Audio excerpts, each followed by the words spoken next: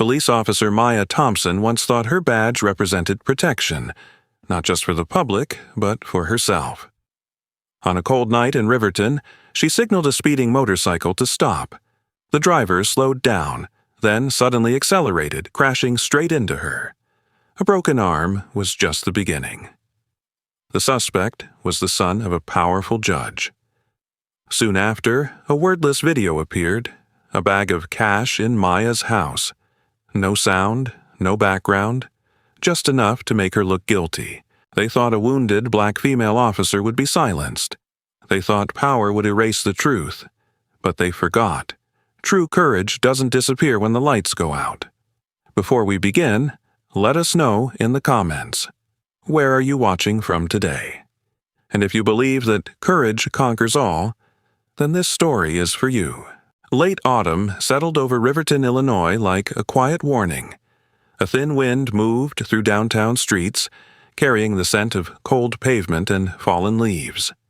Storefront lights reflected against damp asphalt, and the sky hung low, gray, restless, waiting. Officer Maya Thompson sat in the passenger seat of Patrol Unit 27, eyes steady on the road ahead. Maya Thompson was 29 years old, tall and athletic with a controlled, grounded posture that made her presence feel larger than her frame. Her skin was a deep, warm brown, her cheekbones defined, her jawline strong but feminine. Her dark eyes, sharp, observant, rarely missed anything. She wore her black hair pulled tightly into a bun beneath her patrol cap. Even at rest, her shoulders carried discipline. She had grown up on the south side of Riverton, raised by a single mother who worked double shifts as a nurse. Maya had learned early that strength didn't always shout. It endured. When she was 16, her older cousin had been wrongfully detained during a routine stop. The memory had never left her. It didn't make her bitter. It made her precise. She believed in procedure. She believed in accountability.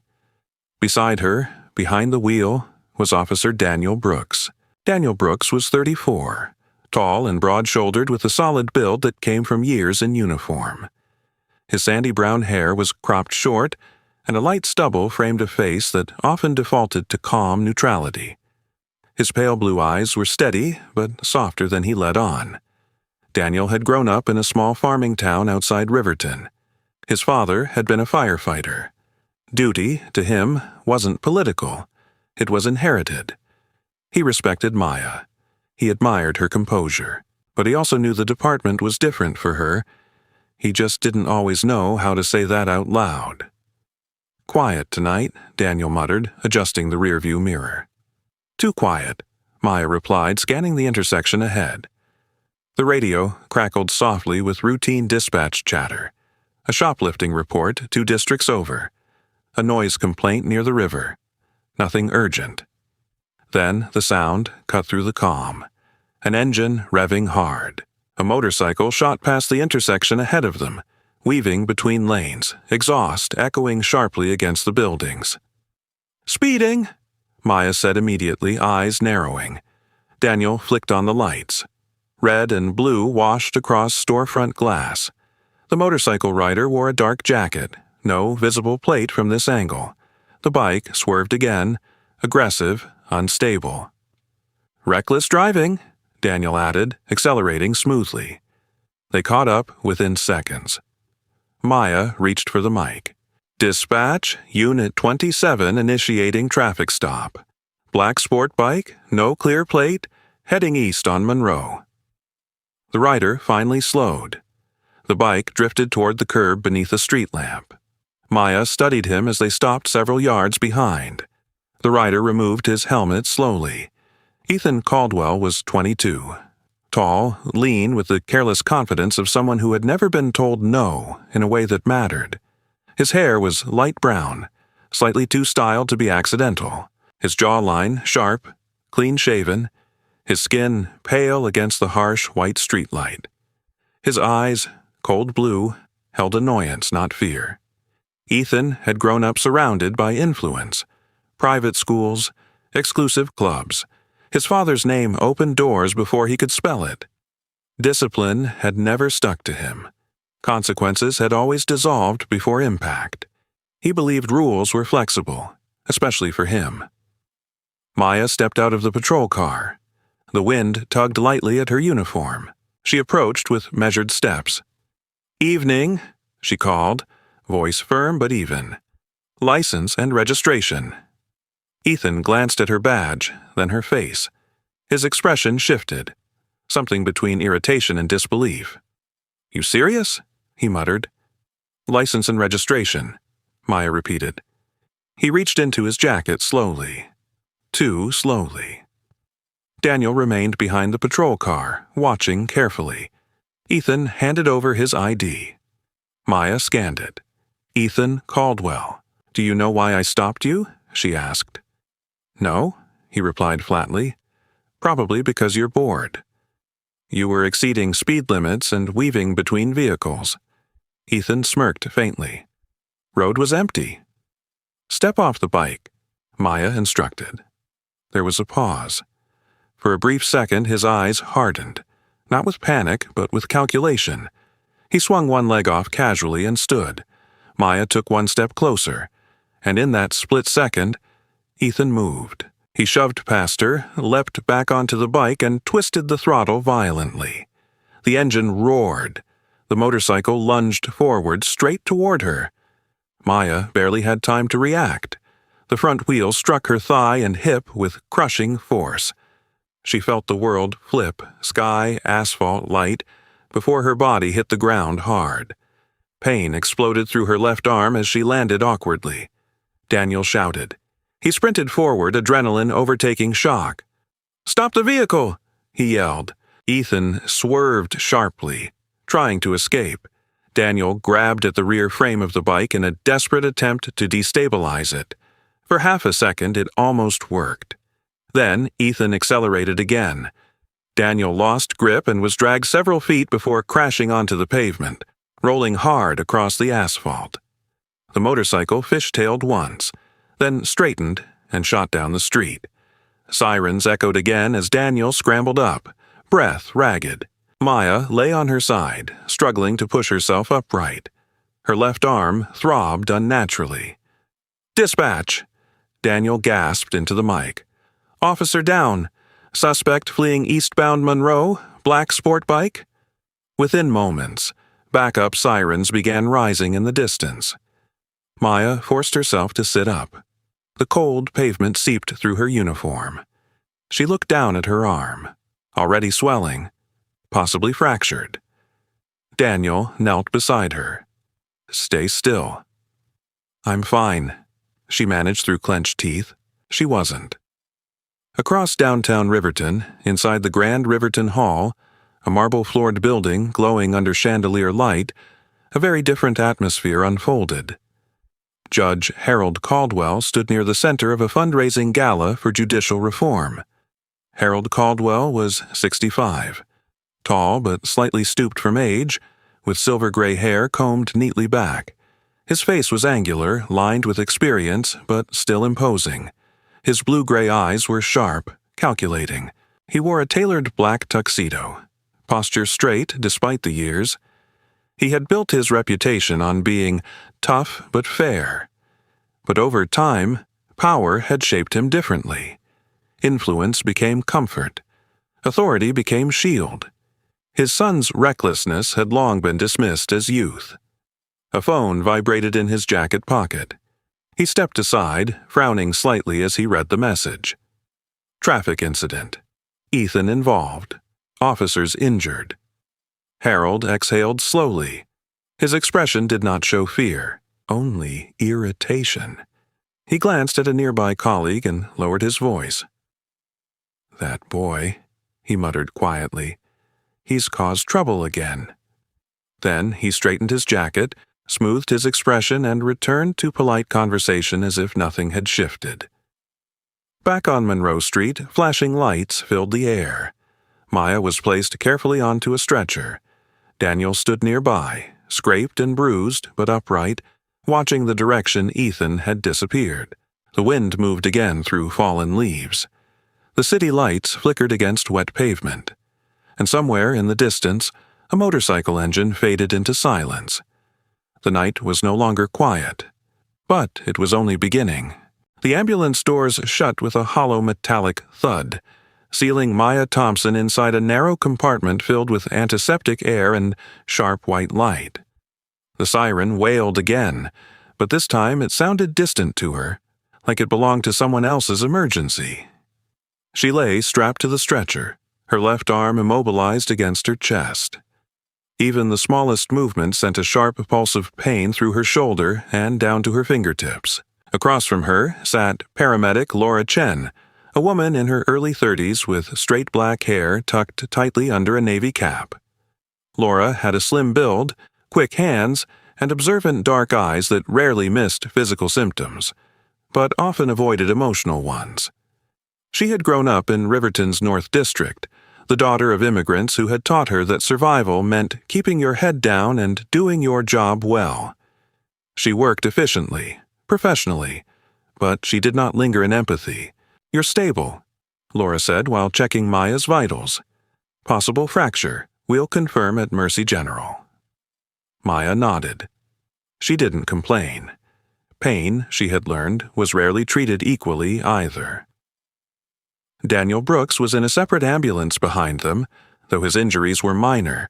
Bruised ribs, scraped forearms, road rash along his shoulder. He was upright, alert, answering questions clearly.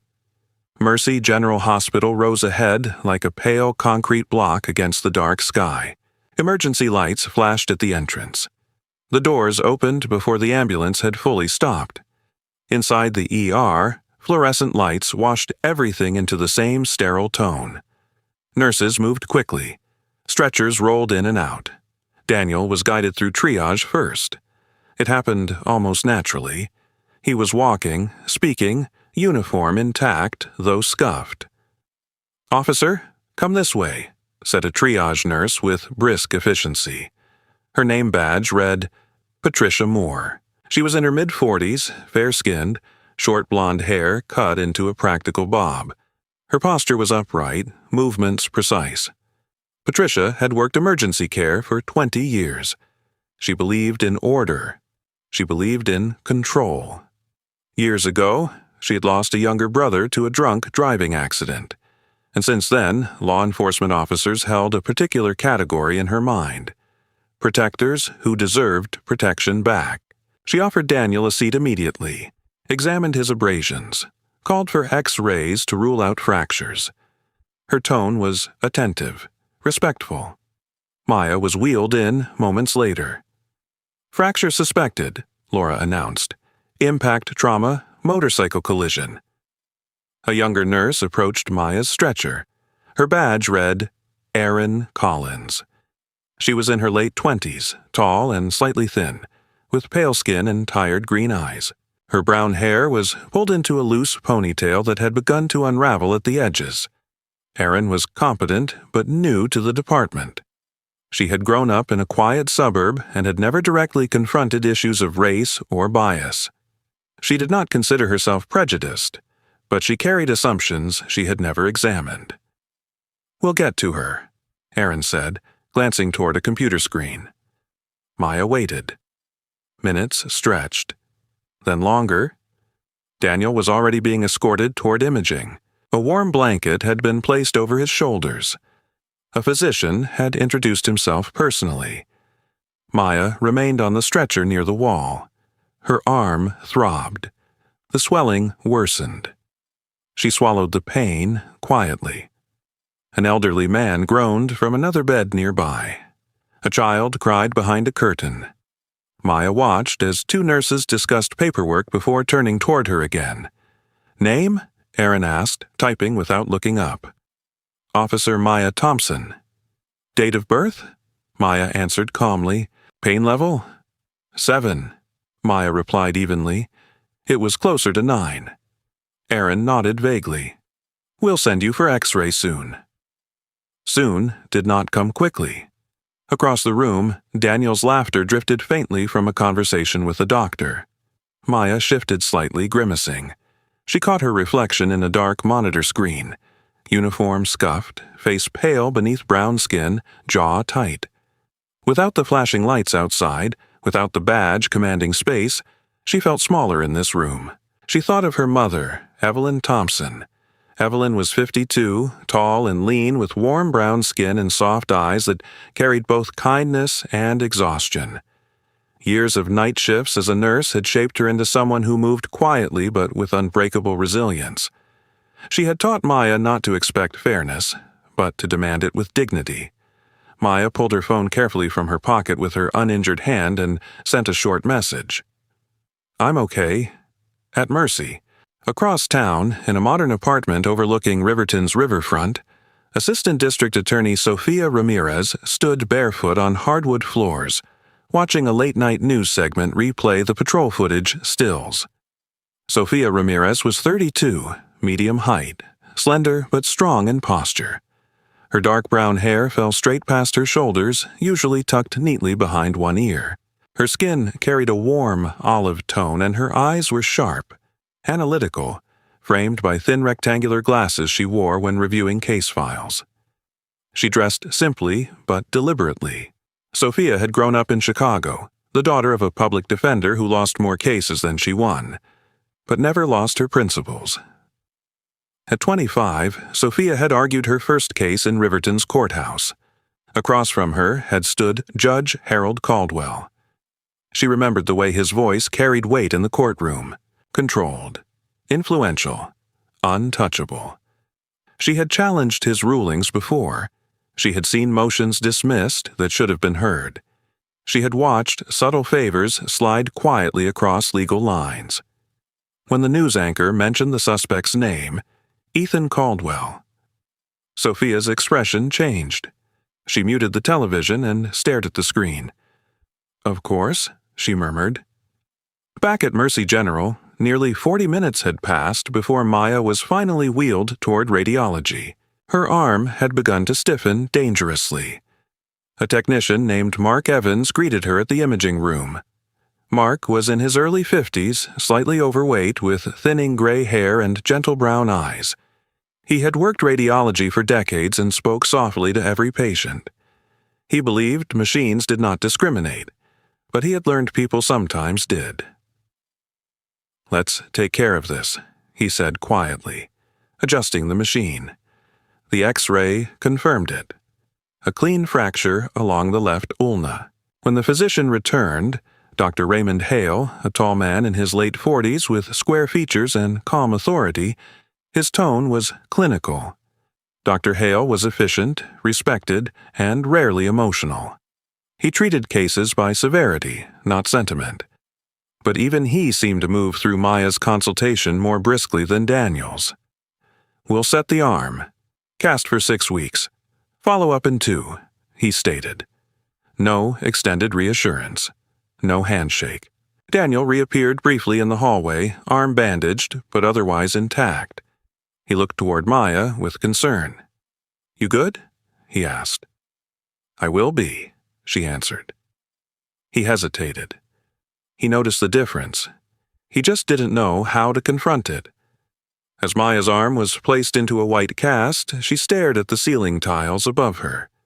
She was used to this subtle arithmetic, the way urgency shifted, the way tone softened for some and flattened for others.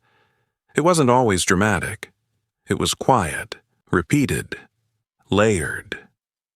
When she finally sat upright with the cast secured, the nurse handed her discharge papers without meeting her eyes for long. Outside, the night air felt colder than before. Daniel stood beside her near the entrance. "Media's picking it up," he said quietly. "They've identified the suspect." Maya nodded once. She already knew what that meant. Somewhere across town, Judge Harold Caldwell's office lights were still on, and in her apartment, Sophia Ramirez was already pulling archived case files bearing the Caldwell name. Maya adjusted the strap supporting her arm. She looked at the city skyline stretching beyond the hospital parking lot. In uniform, she carried authority. Out here, in the dark, she carried something heavier, awareness.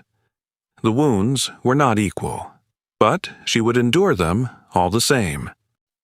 48 hours after the collision on Monroe Street, Riverton no longer sounded the same. The sirens had faded, the traffic resumed its rhythm, but beneath the surface, something had tightened. The search for Ethan Caldwell had stretched across 2 counties: state troopers, patrol units, aerial support scanning highways, and wooded back roads. The motorcycle had been found abandoned near an industrial rail yard on the edge of town. Black paint scratched, engine still warm when discovered. Ethan himself was arrested just before dawn inside a lakeside guest house owned by a family friend. The arresting officer, Sergeant Marcus Hill, was a 40-year-old Black American man with a broad chest and a steady, commanding presence. His skin was deep brown, his head shaved clean, jaw square and firm. Marcus had served 12 years in the Marines before joining Riverton PD. He rarely raised his voice. He didn't need to. Years ago, a fellow Marine had been killed during a stateside training accident that was quietly mishandled. Since then, Marcus had developed a quiet intolerance for internal politics. He believed in procedure, especially when power tried to bend it. When Marcus walked Ethan Caldwell into the station in handcuffs, the room grew unusually quiet. Ethan's expression had not changed. His light brown hair was disheveled now, but his posture remained loose, almost bored. He wore a gray sweatshirt and dark jeans, hands restrained in front of him. His pale blue eyes scanned the room not with fear, but irritation. "You're making a mistake," Ethan said calmly as Marcus guided him forward. "My father will clear this up?" Marcus did not respond. He processed the paperwork, logged the arrest, and handed Ethan over to booking. Upstairs, Maya Thompson sat at her desk with her left arm secured in a cast, reviewing the preliminary incident report. Her uniform jacket rested on the back of her chair. Without it, in a simple dark sweater, she felt the familiar shift in how others addressed her. Less sharp, less formal. Captain Richard Lawson stood near the doorway of her office. Lawson was 56, tall and lean, with thinning sandy hair and a narrow face that always appeared thoughtful. His brown eyes were observant, but lately they carried hesitation. He had built his career on keeping the department stable, avoiding scandal. Stability to him was success. "Good work identifying him," Lawson said carefully, "but we need to proceed. Strategically." Maya met his gaze. "Strategically?" Lawson cleared his throat. "The suspect's father is Judge Harold Caldwell." The name landed heavily in the room. Harold Caldwell, 32 years on the bench, former prosecutor, respected public figure. His rulings shaped local precedent. His influence reached beyond the courthouse. Maya leaned back slightly. "It doesn't change what happened." Lawson's jaw tightened. "No, but it changes how loud this becomes." The case file was transferred to the district attorney's office by noon. That was when Maya officially saw the full background report confirming Ethan's identity. In her downtown apartment, Assistant District Attorney Sofia Ramirez had already received notification of the arrest. She stood in her office, a modest but organized room with floor-to-ceiling shelves lined with binders and annotated case law. A framed photograph of her parents sat on her desk, her mother in a public defender's suit, her father in a mechanic's uniform.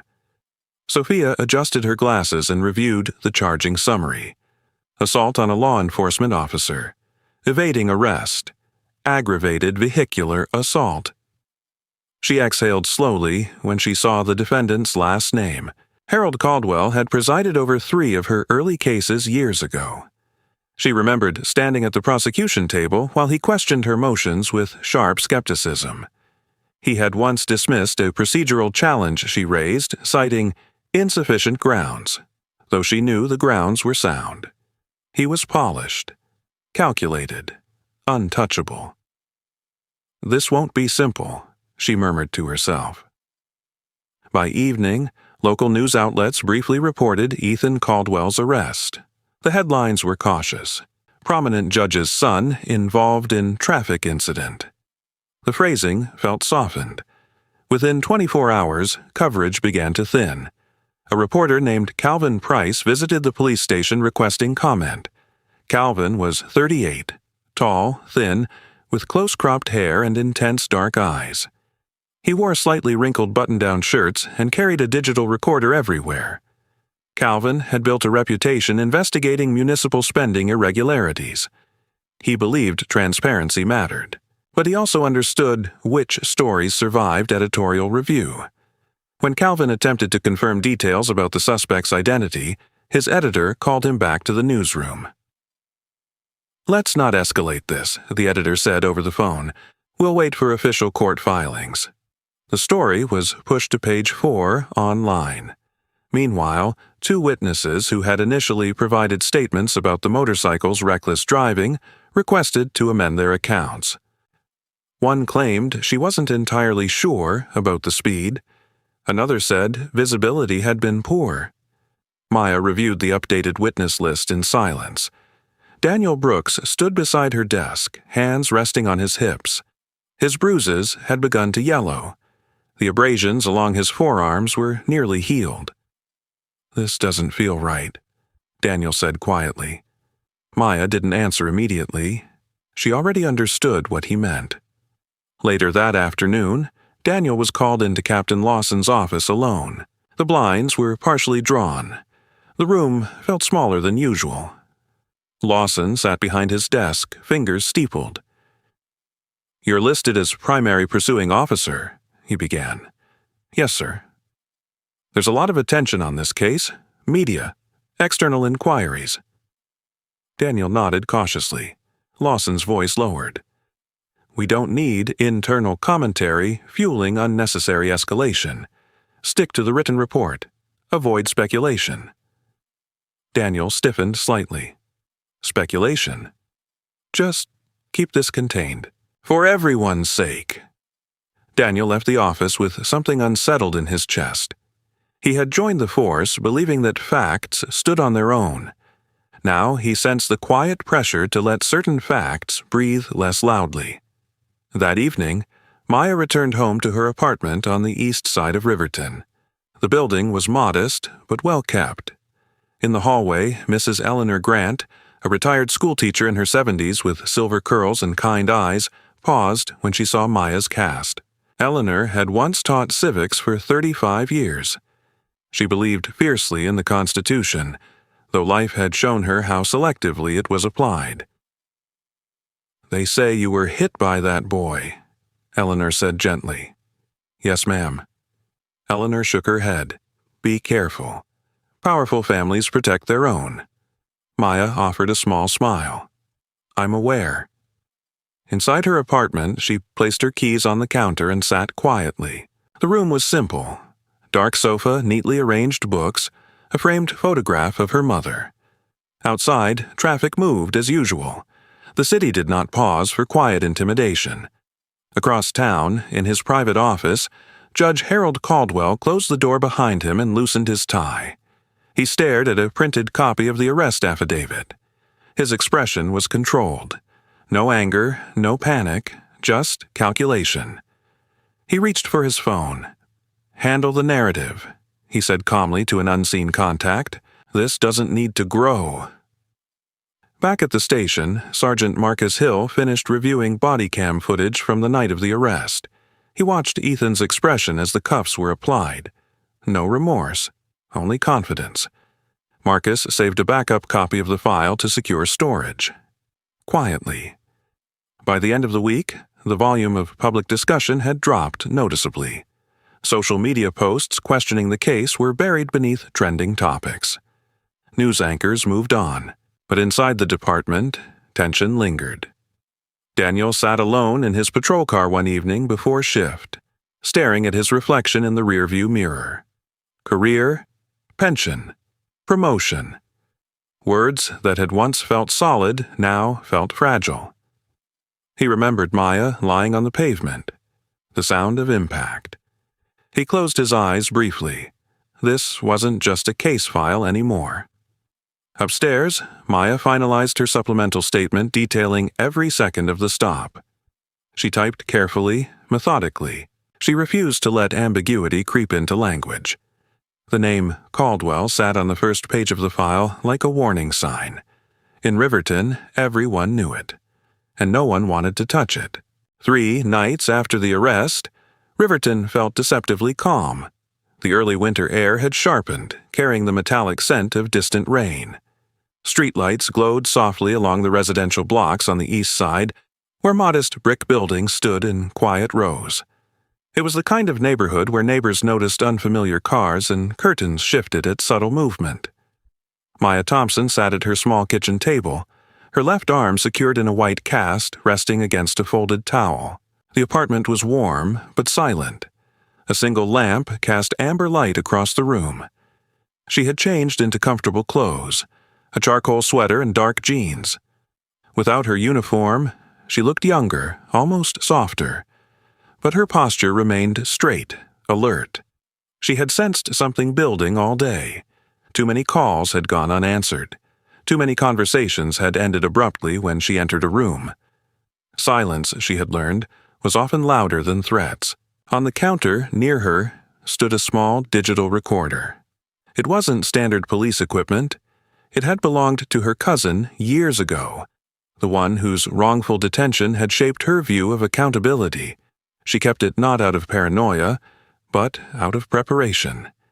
At 8:14 p.m., a black luxury sedan pulled up outside her building. The engine idled quietly. Maya walked to the window and looked down. Judge Harold Caldwell stepped out. Even under the streetlight, his presence carried authority. He wore a long, dark overcoat over a tailored suit. Silver hair brushed back perfectly despite the cold wind.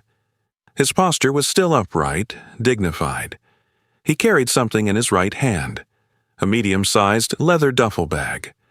Maya exhaled slowly. She pressed the button on the recorder and slipped it into the pocket of her sweater. A knock followed moments later. 3 measured raps.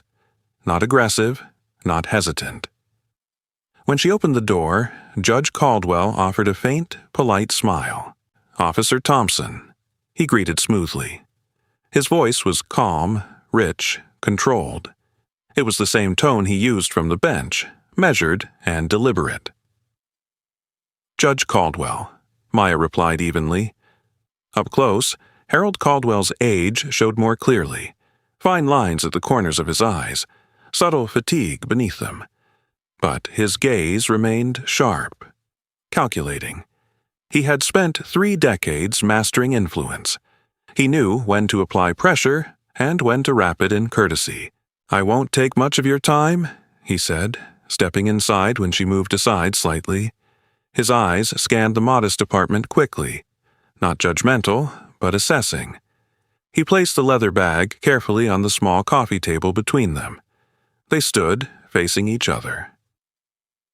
"We both understand this situation has become complicated," he began. "My son made a reckless decision. Youth does that." "He assaulted 2 officers," Maya said quietly. Caldwell inclined his head. He panicked. "He is not a violent criminal." Maya remained silent. Caldwell rested his hands lightly on the bag. "This does not need to escalate further. Court proceedings, media speculation, they help no one." He unzipped the bag slowly. Stacks of neatly bound cash were visible inside. The sight did not surprise her. "We all want this to conclude with dignity," he continued.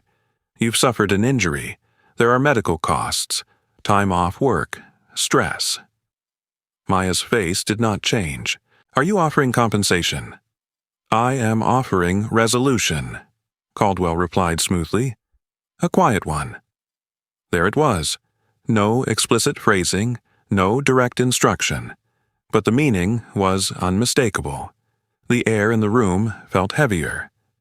Maya adjusted her stance slightly, careful not to wince at the pain in her arm. Resolution does not erase what happened. Caldwell's expression tightened for the briefest second. "Officer Thompson, I have dedicated my life to this city's legal system. I know how these matters unfold. If this becomes a public spectacle, narratives will shift. People will question procedures. They will question you." He paused, letting the implication settle. "You don't want that." Maya held his gaze steadily. Inside her sweater pocket, the recorder captured every word. "I want accountability," she said calmly. Caldwell zipped the bag halfway, then stopped. "Think carefully. My son's future, your career, both could remain intact." Silence stretched between them. Finally, he closed the zipper fully and stood upright. "I will leave this here," he said, gesturing to the bag. "Consider it goodwill." He walked toward the door without waiting for agreement. Before stepping outside, he added quietly, "We are both professionals. Let's behave like it."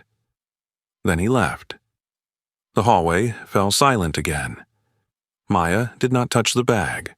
She stood still until she heard the sedan engine start and fade down the street. Only then did she pull the recorder from her pocket and stop the recording. She stared at the leather bag for several long seconds. Outside, a shadow shifted across the sidewalk. Across the street, partially obscured behind a parked SUV, a man stood holding a phone angled carefully toward Maya's apartment door. Daniel Brooks had not planned to be there. He had been driving home from shift when he noticed the unfamiliar sedan parked near Maya's building. Something about it felt wrong. Instinct had guided him to circle back. Daniel stepped out of his patrol vehicle discreetly and walked toward the block. That was when he saw the man filming. The stranger was in his mid-30s, average height, thin build. He wore a dark baseball cap pulled low and a windbreaker zipped up to his chin. His face was narrow, expression focused and intent. His posture suggested familiarity with surveillance. Daniel approached slowly. "Evening," he said. The man lowered his phone quickly. "Just out for a walk." "At night? Filming apartment doors?"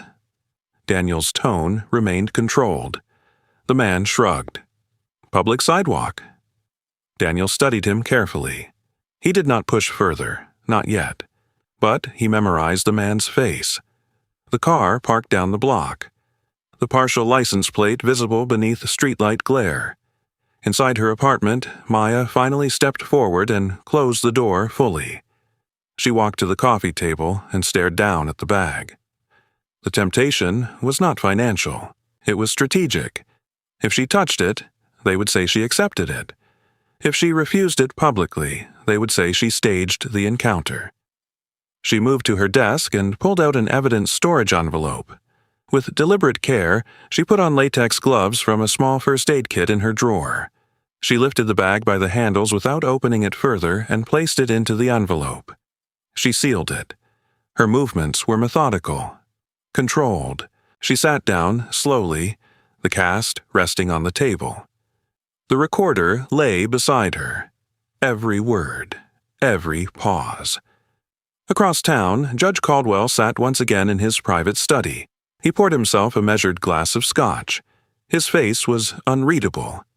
In his mind, the matter was now in motion. Back outside Maya's building, Daniel watched as the unknown man finally walked away and disappeared into a waiting car. Daniel noted the direction. He stood still for a moment longer, staring up at Maya's window. The light was still on. Something had just happened. He could feel it. Inside, Maya looked at the sealed envelope containing the bag of cash. She knew this was no gesture of kindness. It was a move on a board she had not chosen to step onto. And she had just decided not to surrender her peace. The video appeared at 6:42 a.m. By 7:10, it was everywhere. A grainy clip, 37 seconds long, uploaded from an anonymous account with no profile image and no history. The camera angle was slightly elevated, zoomed from across the street. It showed Officer Maya Thompson standing in her apartment doorway. A leather bag rested on the coffee table behind her. The video captured Judge Harold Caldwell entering briefly, then leaving. The frame lingered on the bag. There was no audio, no context, no words. The headline attached to the reposted clip read, "Injured officer accepts cash from judge in son's assault case." The phrasing spread like gasoline. By 9 a.m., Riverton's local news stations had picked it up. A panel discussion questioned ethics within the department. Social media accounts replayed the clip repeatedly, slowing down the frame where the bag was visible. Some users circled it in red. Others zoomed in on Maya's face, speculating about her expression. The silence of the missing audio became the loudest accusation. Maya watched the broadcast from her living room, her cast resting against a pillow. Her face remained controlled, but the muscle in her jaw tightened. She had known something was coming the moment she saw the man filming outside her building. At 10:15 a.m., Captain Richard Lawson called. His voice was clipped, formal. "We're placing you on temporary administrative leave pending review." "For what?" Maya asked evenly. "Public trust requires investigation." The phrase felt rehearsed. "Is there evidence I accepted anything?" she pressed. "There's a video," Lawson replied carefully. "That's enough for now?" The call ended without warmth. Maya lowered the phone slowly. She did not cry. She did not shout. She simply looked at the sealed evidence envelope still sitting on her desk, the bag untouched, preserved exactly as she had stored it. Across town, Assistant District Attorney Sofia Ramirez stood in front of a wall-mounted screen in her office, replaying the viral clip frame by frame. Her brow furrowed behind thin rectangular glasses. She was dressed in a navy blazer and white blouse, dark hair tied back neatly. Sofia had learned long ago that optics could convict faster than facts. Her phone buzzed with a message from a colleague. "This is getting messy. You still want this case?" Sophia's jaw set. She remembered standing in Judge Caldwell's courtroom years earlier, feeling his subtle dismissals. She remembered her father's words. "If you see power bending truth, you stand straighter." She grabbed her coat and keys. When Sofia knocked on Maya's apartment door later that afternoon, Maya answered with guarded calm. Sofia was of medium height, slim but steady in posture, olive-toned skin warm against the winter light. Her dark eyes carried intensity sharpened by years of litigation. She did not waste time on pleasantries. "I need everything," Sofia said immediately once inside. "Every second, every detail." Maya nodded and retrieved the recorder from her desk. She placed it on the table between them. "He came with the bag, spoke carefully. Left it behind," Maya explained. "Did you touch it?" Sofia asked. "With gloves. It's sealed." Sofia leaned forward slightly. "You recorded him?" "Yes." For the first time that day, a flicker of approval crossed Sofia's face. "Play it." The room filled with the calm, unmistakable voice of Judge Harold Caldwell offering resolution. The implication was subtle, but undeniable. Sofia listened without interrupting. When it ended, she exhaled slowly. That's coercion wrapped in courtesy. Maya folded her uninjured arm across her chest. They're counting on the silence. Sofia stood and paced once across the room. The bag must remain sealed. Chain of custody documented. I'll have it logged formally tomorrow. Maya nodded. At the station, Daniel Brooks sat alone in the locker room, staring at the same video on his phone, his face flushed with anger. He remembered the stranger filming outside Maya's apartment. He remembered the partial license plate. He stood abruptly and walked toward the digital evidence unit. Inside the small monitoring room sat Officer Kevin Patel, a tech specialist in his early 30s. Kevin was slender, bespectacled, with neatly combed black hair and an analytical demeanor. He had a habit of tapping his fingers lightly when thinking. He rarely engaged in departmental politics. He trusted data more than people. "Kev," Daniel said quietly, "I need traffic cam footage from Monroe and 7th night of the collision." Kevin glanced up. "It's already archived." "I need the extended angle, frame before impact." Kevin hesitated only a second before turning to his keyboard. "If this is about the video—" "It is," Daniel replied. Footage loaded onto the screen. Grainy, distant, but clear enough. The motorcycle slowed, paused, then accelerated directly toward Maya. Kevin leaned closer. "That's intentional." Daniel nodded. "Export it. Full sequence." Kevin hesitated again. "You know this could complicate things." Daniel met his eyes. "It already is." Meanwhile, the anonymous video continued to circulate. One news anchor, Laura Bennett, a poised woman in her 40s with sleek blonde hair and practiced composure, delivered a segment questioning departmental integrity. Laura had built her career on controversy-driven ratings. She presented doubt with polished neutrality. "Public confidence hinges on transparency," she stated calmly into the camera. Public confidence. Maya's suspension was confirmed by noon. Her badge and service weapon were to be surrendered temporarily. When she arrived at the station to turn them in, several officers avoided eye contact. Others looked sympathetic but silent. Sergeant Marcus Hill approached her quietly. "Hold steady," he said simply. His deep voice carried calm certainty. Maya handed over her badge without visible emotion. Daniel watched from across the room. Something inside him settled into decision. That evening, he drove to Maya's apartment with a flash drive in his jacket pocket. When she opened the door, he stepped inside without ceremony and placed it on the table beside the recorder. "Traffic cam," he said. "Shows him slowing, then choosing to accelerate." Maya looked at him steadily. "You didn't have to do that." "Yes," Daniel replied quietly. "I did." Sophia returned later that night with official paperwork to log the sealed cash as evidence. She wore a long, dark coat, posture firm against the cold.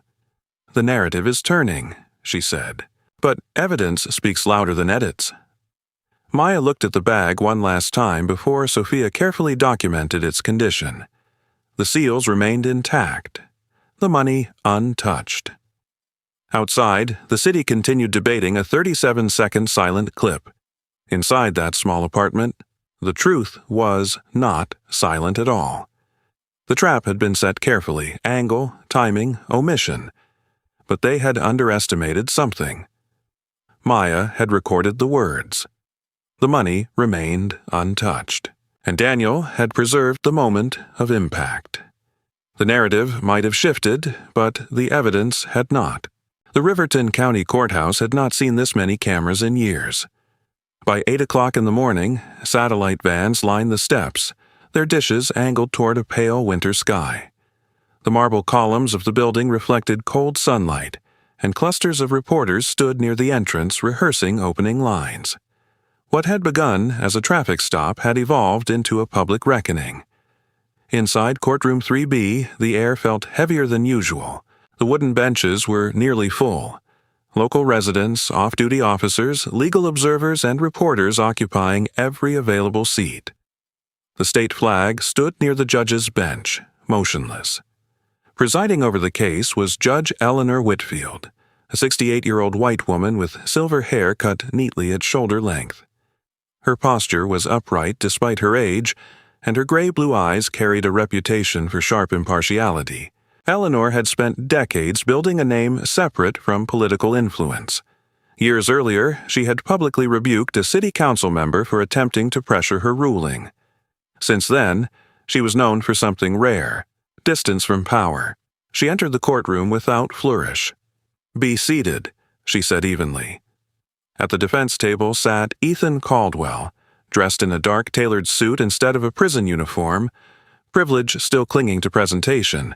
His light brown hair was neatly styled, jaw clean-shaven, expression controlled but tense beneath the surface. He avoided looking toward the prosecution table. Behind him, in the second row, Judge Harold Caldwell sat with hands folded calmly over a silver-headed cane he did not require for mobility, but carried out of habit. His posture remained dignified, chin slightly lifted. To anyone unfamiliar, he appeared composed. To those who understood influence, he appeared confident. At the prosecution table stood Assistant District Attorney Sophia Ramirez. She wore a charcoal suit, her dark hair tied back in a low knot. Her olive-toned face was calm, but her eyes were focused with precision. She arranged her files methodically: audio transcript, forensic logs, traffic footage export, sealed evidence documentation. She believed preparation was armor. Officer Maya Thompson entered quietly and took her seat near the front. She wore a fitted navy suit. Her cast had been replaced with a removable brace but remained visible. Her posture was straight, shoulders squared, face composed. Without her badge, she was simply a citizen in a courtroom. But her presence carried quiet strength. The trial began with procedural statements. Defense counsel argued that the viral video suggested improper conduct by Officer Thompson. The silent clip was played first on the courtroom monitor. The room darkened slightly as the grainy footage filled the screen. There was Maya in her doorway. There was the leather bag. There was Judge Caldwell entering briefly. No sound. A murmur traveled across the benches. Judge Caldwell did not move. Sophia rose slowly when the clip ended. "Your Honor," she said, voice steady, "context matters." She signaled toward the clerk. A young woman named Clara Benson operated the audio system. Clara was 26, petite, with curly auburn hair pinned neatly at the back of her head. She had studied sound engineering before joining the court administrative staff. She believed in clarity, in literal sound and figurative truth. Clara pressed play. The courtroom speakers filled with the unmistakable voice of Judge Harold Caldwell. Calm. Polished. "We all want this to conclude with dignity." Then Maya's voice. "Are you offering compensation?" Caldwell's reply. "I am offering resolution. A quiet one." The silence in the courtroom shifted. It was no longer accusatory. It was stunned.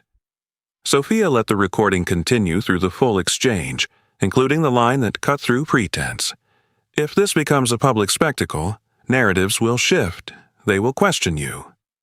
When the recording ended, no one moved. Judge Caldwell's expression did not break, but a subtle tightening around his mouth betrayed recognition. Sophia approached the evidence table and presented the sealed leather bag. The court clerk confirmed the chain of custody documentation. The seal number matched the log recorded the night of the visit.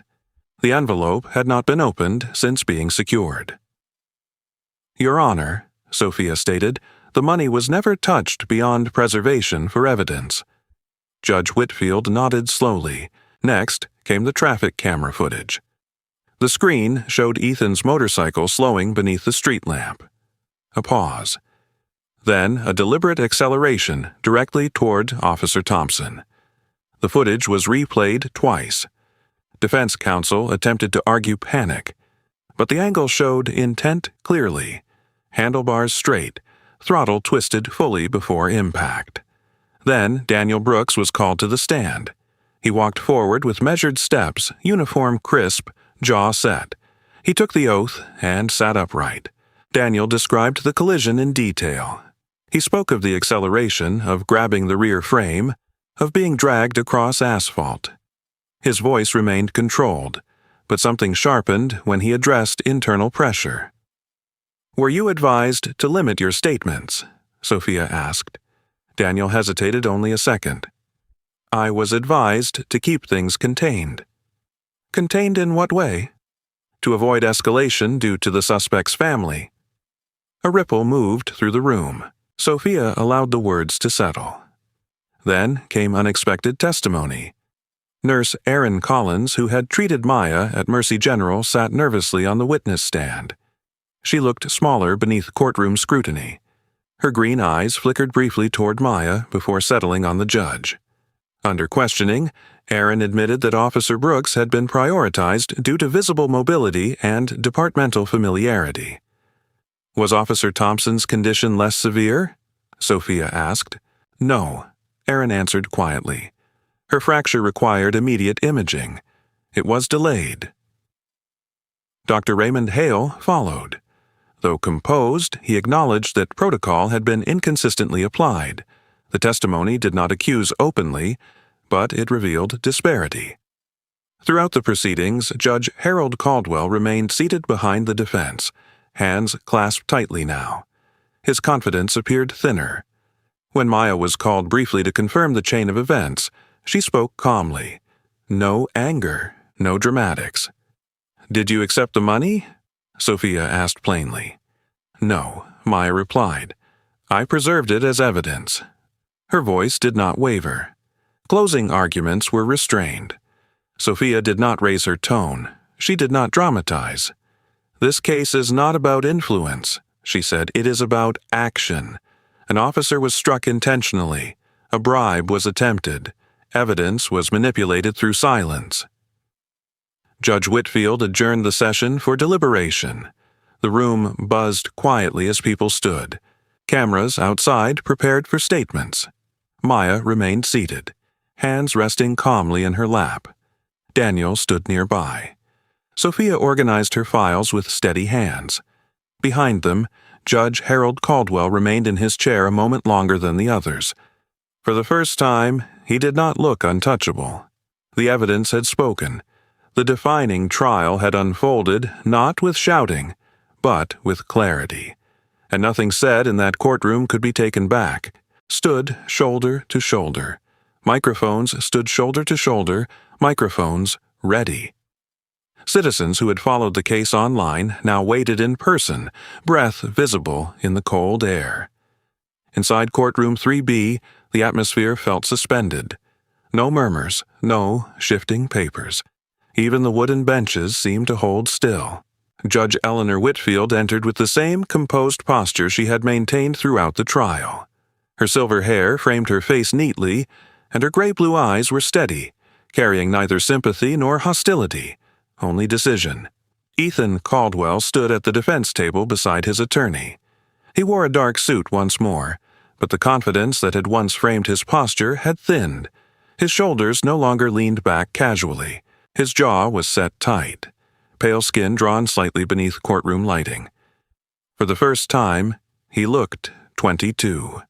Not untouchable, just young, and cornered by consequence. Behind him sat Judge Harold Caldwell. His silver hair remained perfectly styled, his overcoat folded beside him. But his hands gripped the head of his cane more firmly now. His eyes did not wander. They fixed straight ahead, as if refusing to acknowledge the shift happening around him. Officer Maya Thompson sat near the front.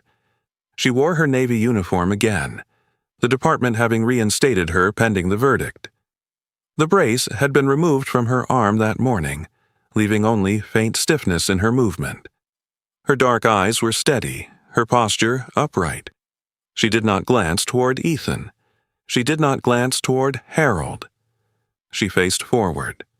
Judge Whitfield's voice carried clearly, after review of the evidence presented, including audiovisual recordings, forensic documentation, and sworn testimony. The words unfolded methodically, precise and unhurried. Defendant Ethan Caldwell is found guilty of aggravated assault on a law enforcement officer, evasion of arrest, and reckless endangerment. A breath left the room in one collective exhale. Ethan's expression cracked, not dramatically, but subtly. His eyes widened a fraction. His lips parted as if to object, but no sound emerged. Sentencing will be immediate. Judge Whitfield continued. Given the severity of the offense and deliberate acceleration toward Officer Thompson, the court imposes a custodial sentence of 8 years. The number hung in the air like gravity. Behind the defense table, Harold Caldwell's face did not contort in anger. Instead, something colder passed through it. Recognition. Influence had reached its limit. But Judge Whitfield was not finished. Furthermore, this court refers evidence of attempted obstruction of justice and bribery to the Judicial Conduct Commission for investigation regarding Judge Harold Caldwell. A murmur rippled across the courtroom. Reporters leaned forward, pens moving quickly. Judge Whitfield's gaze briefly shifted toward Harold. No office stands above the law. The gavel struck once. The sound echoed sharply. Court was adjourned. Outside, Microphones crowded the courthouse steps within minutes. Ethan was escorted through a side exit, shoulders now slightly hunched, wrists restrained. Cameras flashed. The young man who once relied on immunity now faced confinement. Judge Harold Caldwell did not speak to reporters. He exited silently, flanked by counsel. His once commanding presence seemed diminished against the swarm of media attention. Within days, formal proceedings by the Judicial Conduct Commission would suspend him pending investigation.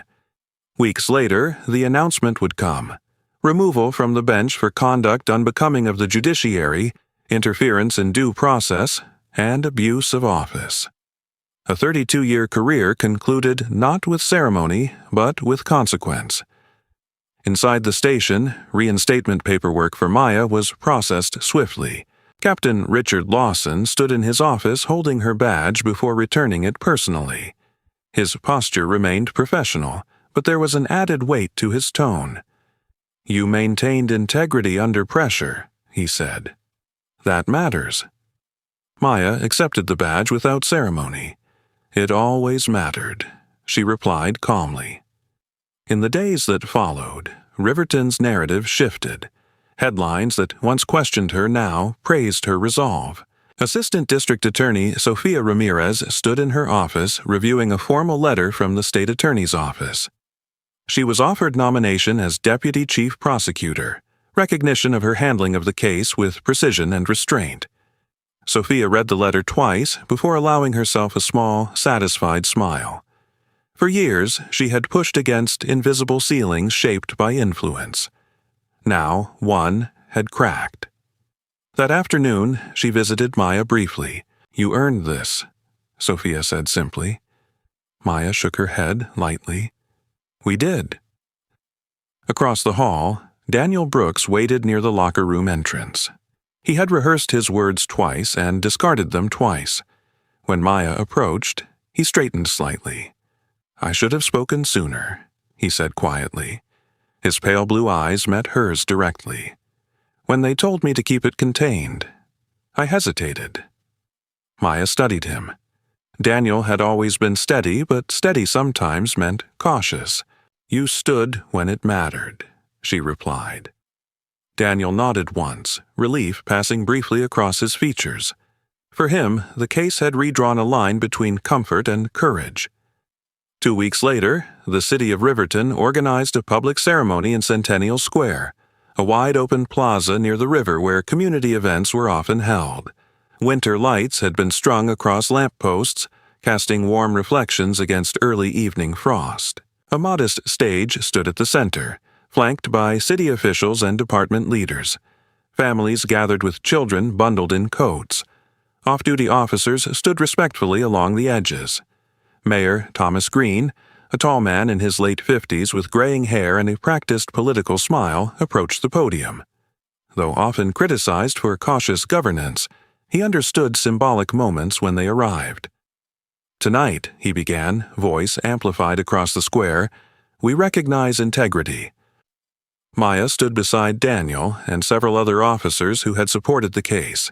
She wore her full-dress uniform now, navy pressed sharply, badge polished, ribbons aligned. Under the lights, her dark skin reflected warmth rather than scrutiny. When her name was called, applause moved steadily through the crowd. Not explosive, but genuine. The mayor pinned a departmental medal onto her uniform. The medal caught the light briefly. In the front row stood Mrs. Sophia watched from one side of the stage. 2, 3, 4, 5, 6, 8, 9, 1, 3, 7, 8, 9, 7, 1, 5, 7, 8, 9, 1, 3, 5, 7, 8, 9, 5, 8, 1, 3, 5, 7, 8, 1, 3, 4, 5, 7, 8, 1, 3, 4, 7, 8, 1, 3, 4, 7, 8, 1, 3, 4, 7, 8, 1, 2, 3, 4, 7, 8, 7, 8, 7, and 1, 3, 1, 9, 3, 1, 3, 7, nu är generös träd, den stjärn, den stjärn, och snön, tror jag, men fan är stjärn, så är det 5 är stjärn, 5 är stjärn, 5 är stjärn,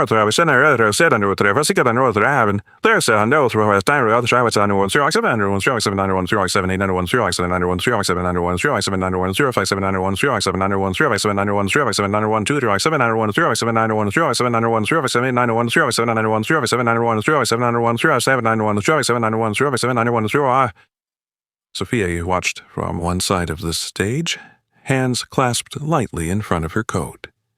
After the formal recognition, Maya stepped forward to the microphone. The square grew quiet. She looked out at the crowd, not searching for approval, but acknowledging presence. "When I joined this department," she began, her voice clear and steady, "I believed the badge stood for accountability."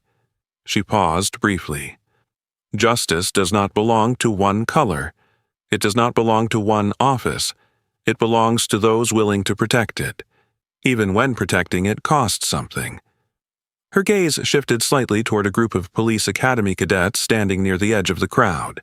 Young men and women in training uniforms watching closely. You will face moments where silence feels safer, where compromise feels easier. Remember that integrity may not be loud, but it lasts. The lights above reflected off her badge. "For those who come after us," she concluded, "justice is not about who stands in power. It is about who stands firm."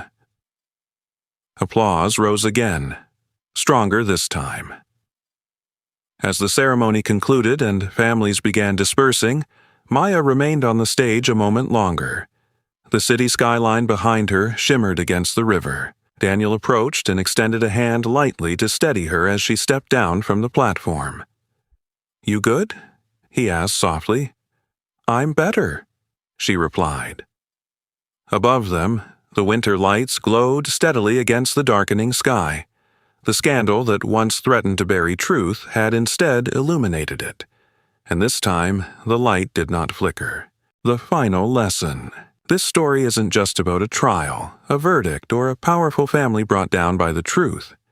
It's about the silent choices we make every day when no cameras are rolling. Most of us will never stand in a courtroom like Maya Thompson. We may never face a judge, a viral video, or a public accusation, but we all face moments where integrity is tested in smaller, quieter ways.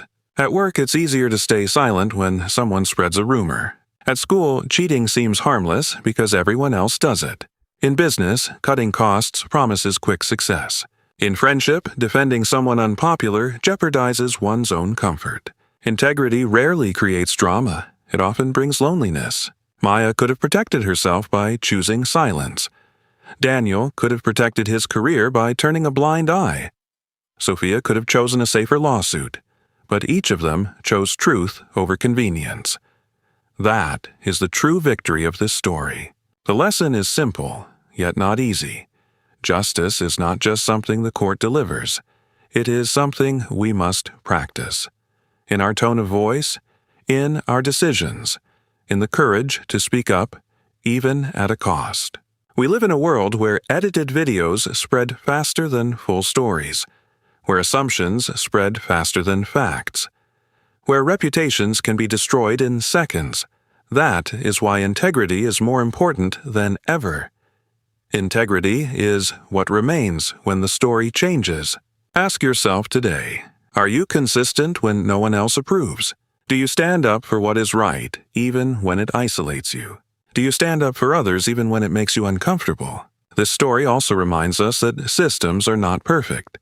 They are made by people, and people can change them. If you see injustice, don't assume others will fix it. Be the one to stand firm. Teach your children that success without integrity is failure in disguise. Teach them that courage is not loud anger, but quiet perseverance.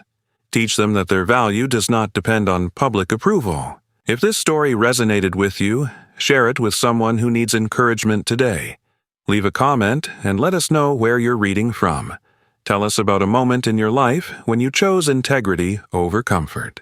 Subscribe to this channel if you believe stories like this matter. And may God bless you and your family with strength, wisdom, and courage in every decision you face. If you believe that standing up for the truth brings light to dark places, please comment Amen.